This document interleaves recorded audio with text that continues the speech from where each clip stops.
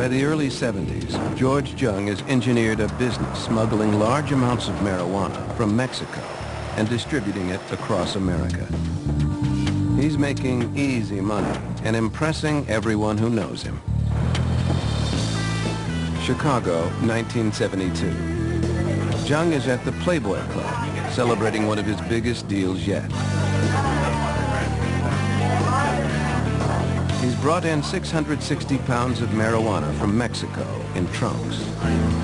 What he doesn't know is that his contact in the Windy City is an informant, and the deal is about to go south.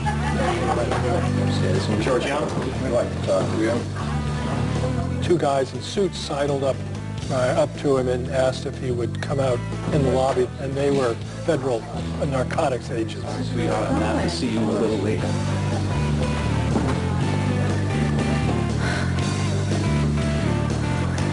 George pleads not guilty to a charge of possession with intent to distribute and bonds out of Cook County Jail. He promptly jumps bail, boards a flight to Los Angeles, and goes back to work. It was a way of avoiding an assured prison term, but he also loved the idea of thumbing his nose at the law and getting away with it.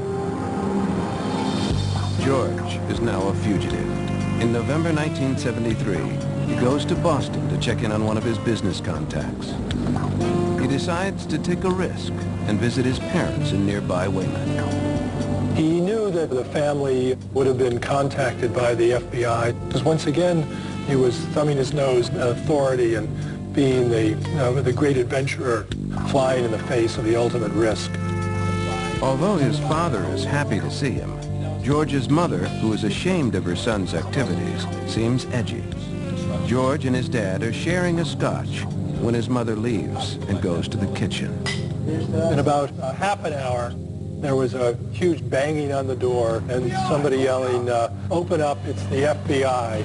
FBI, open up! Although he never confronts her, George is certain his own mother notified the feds. George is sentenced to 4 years in Danbury, a minimum security prison in Connecticut. It's a prison, but it's also, you might call it a school for scoundrels, a college for criminals, because not only would you meet people there who would be great contacts, particularly in the drug business, but you would also meet people who would show you how to do it better. The 31-year-old has plenty of money stashed away from pot smuggling. A different man might just do his time and go legit, but George Jung has every intention of capitalizing on his situation. On March 14th, 1974, George meets his cellmate, a handsome Colombian named Carlos Lader. Carlos was an extremely gregarious, affable, and very talkative guy. George and Carlos hit it off immediately.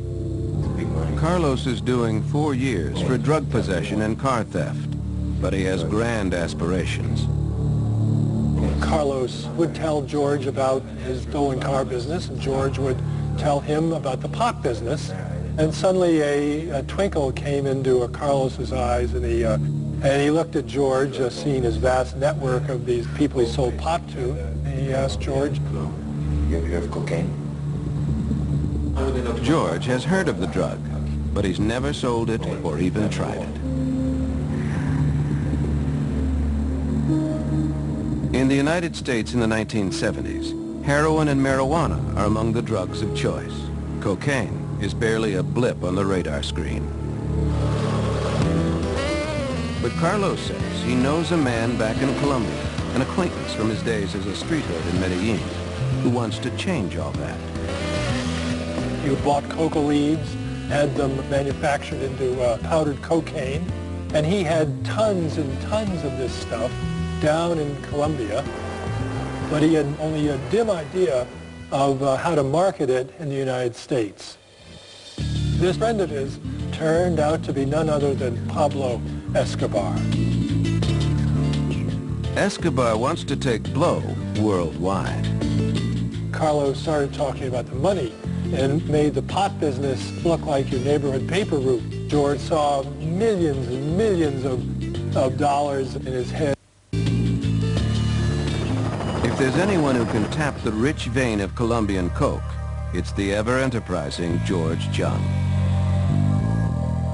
In April 1975, the 32-year-old is granted his parole. He walked out of Danbury saying to himself, thank you, FBI, you've made my life. While on parole, George lives with his parents. For a year, he bides his time in Weymouth, waiting for Carlos later to get out of prison. Finally, he got a telegram from Medellin, and the telegram said, weather beautiful, come on down, and there was a telephone number, and it was signed, your friend Carlos. George said to himself, now we're going to get started. Carlos has returned to Colombia, where he once again hooks up with Pablo Escobar and the other cocaine cowboys in Medellin. They've got tons of product and are anxious to move it. The Colombians really had no idea of how to market it, and Pablo was one of several organizers down there who were looking for some big contact. All of them needed a big break in the United States. They need George Jung to help open the richest market in the world.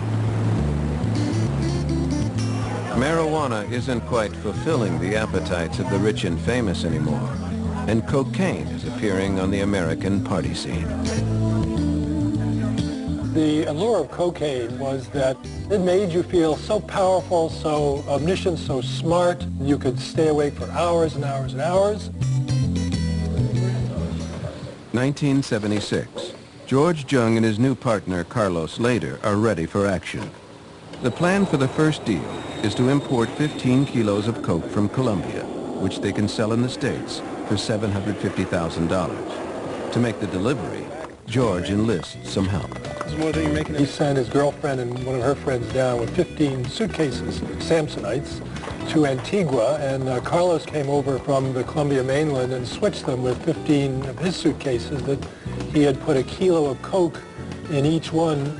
They came back with 15 kilos, which George, for his efforts, was given 5 of those to sell for himself.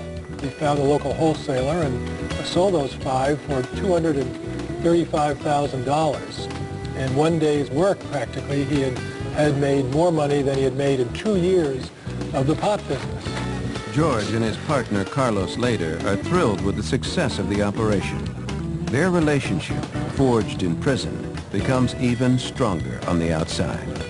Carlos and George went together in the beginning very naturally because George saw him as a brother. They begin planning to take full advantage of the demand for coke in the American market. But things are quickly going to get complicated. The pot business was laid back, it was mellow. The cocaine business, on the other hand, was the exact opposite. The cocaine business was a volatile, hugely violent business filled with people who didn't necessarily know each other. Any success is bound to be short-lived, and as George Jung will soon discover, the fallout will be devastating.